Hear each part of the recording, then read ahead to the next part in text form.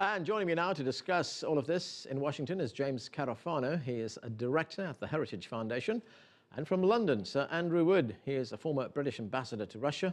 And later, giving us the view from Russia, former Kremlin advisor Alexander Nekrasov. Welcome to the show, gentlemen. And let me start with you, James Carafano. A week ago, the United States and Russia were talking about a diplomatic solution to this Ukraine crisis. What happened to that? I never saw that in the cards. I mean, if you looked at the going-in position from the United States, it was that you would start with a Russian withdrawal of troops and then a negotiation on a more long-term settlement. That's obviously not anything that Moscow is planning on. Moscow said the Crimea annexation is essentially a done deal. The troops are going to be rotated through, and we're willing to negotiate on where do we go from here. So this is a book about Venus and Mars. Those were two foreign secretaries starting in completely different places. And just because they both used the word diplomacy didn't mean that we were starting down a diplomatic track. Yes, there were also some saying this is partition, other people saying, well, it's a federation of some kind. Okay, let's go to Ambassador Wood in London. There's been an escalation of tensions in the past few days. We're now seeing demonstrations in the eastern part of the country, calls for a referendum, calls for an independent republic. Where do you see this going? Those are very bad signs. I think it's always important to remember how this started.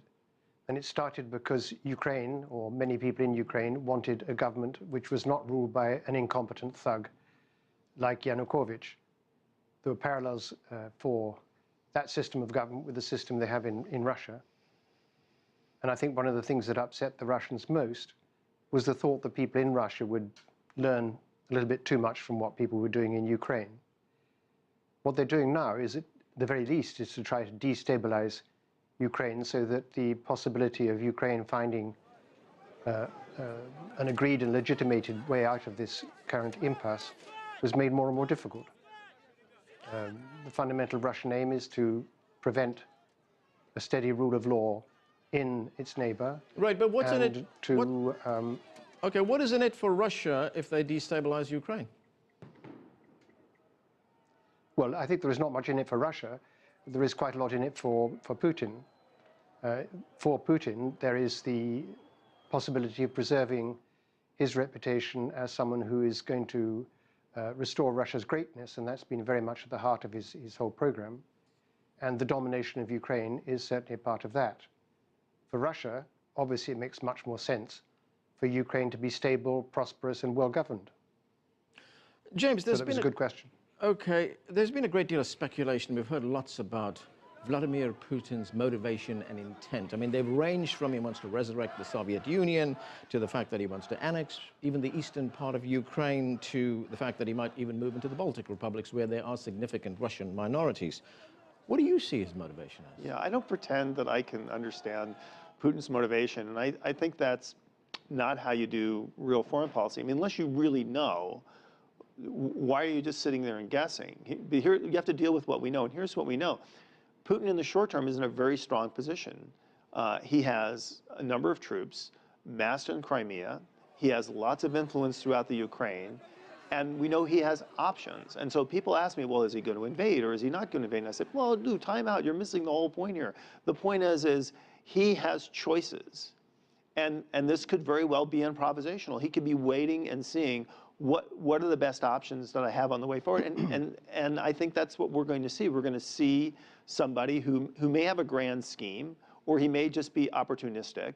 But the point is from our perspective, we can't tell that. And therefore, it's kind of not very realistic to sit here and say, well, we know what he's going to do, so we're going to do X. We have to deal with the reality of what we have. And the reality is he has lots of choices.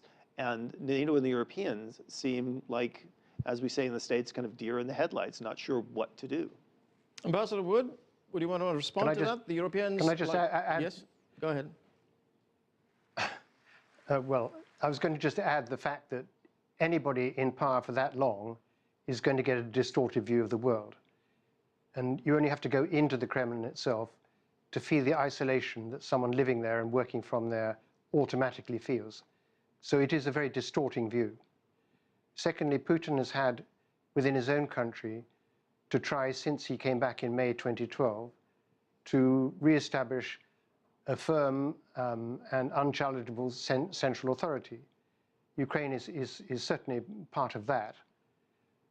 But I absolutely agree that achieving certainty or idea of certainty as to what is in someone's mind is almost impossible. I think you can say there are things he doesn't want. He doesn't want there to be legitimated and effective elections on May 25. He doesn't want there to be a government in Ukraine which is clearly trying to implement Western policies or liberal policies, if you wish. He would much prefer to have something which he could dominate. Okay, what do you make of James Carafano's comment a moment ago when he said that Europe doesn't really know how to react to what Putin is doing, as he put it, more colourfully? Europe looks like a deer in the headlights. Well, I'm glad he talks about Europe as a kind of singularity, because it isn't. It's 28 countries trying to react in different ways. Clearly, if you're Poland, you have a much more live sense of what's going on than you do if you're, well, I won't name another country, but a country further away. I think Europe is pretty focused on the thing that matters, which is to try to help consolidate the government in Kiev.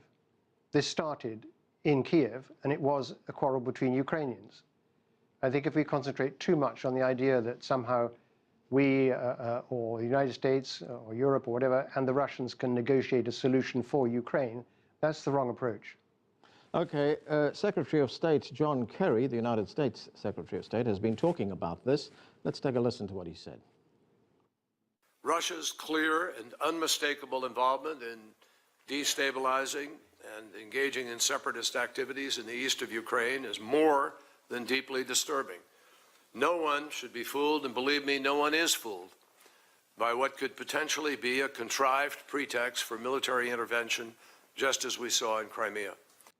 James, is this a pretext for military intervention? Well, I don't know. There's certainly lots of reporting that Russia is actively trying to influence events in Ukraine. And to me, there are two really disturbing points here. I believe, I could be wrong on this, but I believe this is the first time by armed force we've rewritten a border in Western Europe since 1945. And I also find it very disturbing that... What about Kosovo? Well, we can debate whether Kosovo would be another exception or not. I would argue not, but clearly this is virtually unprecedented. The other thing is we're seeing lots of reports of things which were classic Soviet tactics of propaganda, disinformation, and dirty tricks. That's got to be troubling to people. But you know, in terms of what Secretary Kerry said, he just sounds like a bystander to the whole affair. I mean, I go back and I take the point about Europe isn't speaking at one whole. I think there's a large part of Europe that just doesn't want to deal with this at all, and I think that's partly why we have this kind of spasmodic reaction.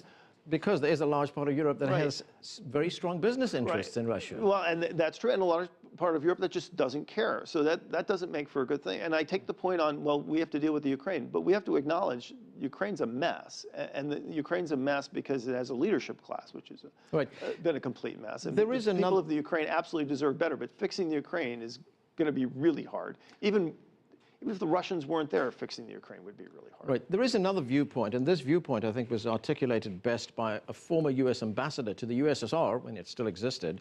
That was Ambassador Jack Matlock, who wrote a piece in the Washington Post, an op-ed piece a few weeks ago, in which he said, and he was looking at it from the Russian point of view, he said, look, Putin acted this way because when he looked at his neighborhood, he sees NATO expand eastwards.